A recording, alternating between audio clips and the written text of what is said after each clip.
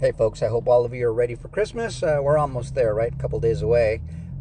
My son and I, and there he is, we're headed out to go see that 3 hour and I think he said 15-minute movie, Avatar. We haven't missed a single one of those things, but man, I gotta admit, the first one was a lot better than the second one. This third one better at least be better than the second one. For 3 hours and 15 minutes. But I'm gonna go because, well, we're in, might as well give it a shot and see if we can see the whole series through. But according to my son, that they're saying that if this one doesn't perform very well, we may not even get to see the next two installments that were promised, even though I think they made those movies. Anyways, on to crypto. I just wanted to talk a little bit about gold. I'm sure a lot of you have noticed that gold has gone up significantly. And what that tells you, in case you may not be aware, is that the world, banks, governments, wealthy people, they don't have a lot of faith in the US dollar, nor in the current economic situation, because there's going to be tensions. We are moving to a whole different currency. And the way they can provide some semblance of security is to have hard assets or God's money, which is gold, or silver also, because if you've seen silver go up. So I'm going to give you this read from Miles Franklin.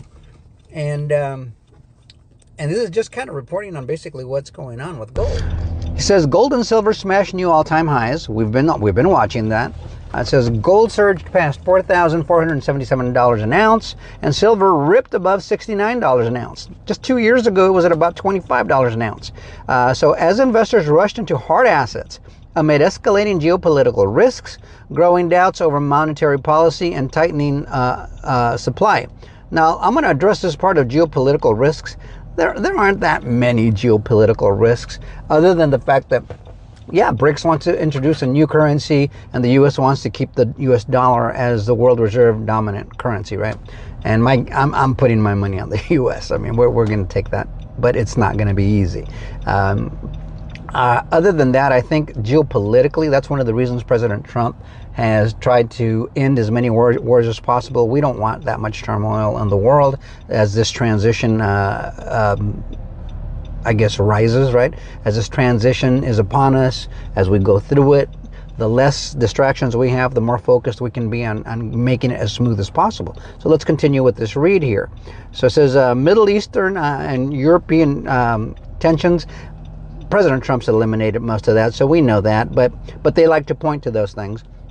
Also, U.S.-Venezuela blockade pressure. Now, that one's happening right now, but I think we've got that well in hand. There's nothing Venezuela can really do when contending with the U.S.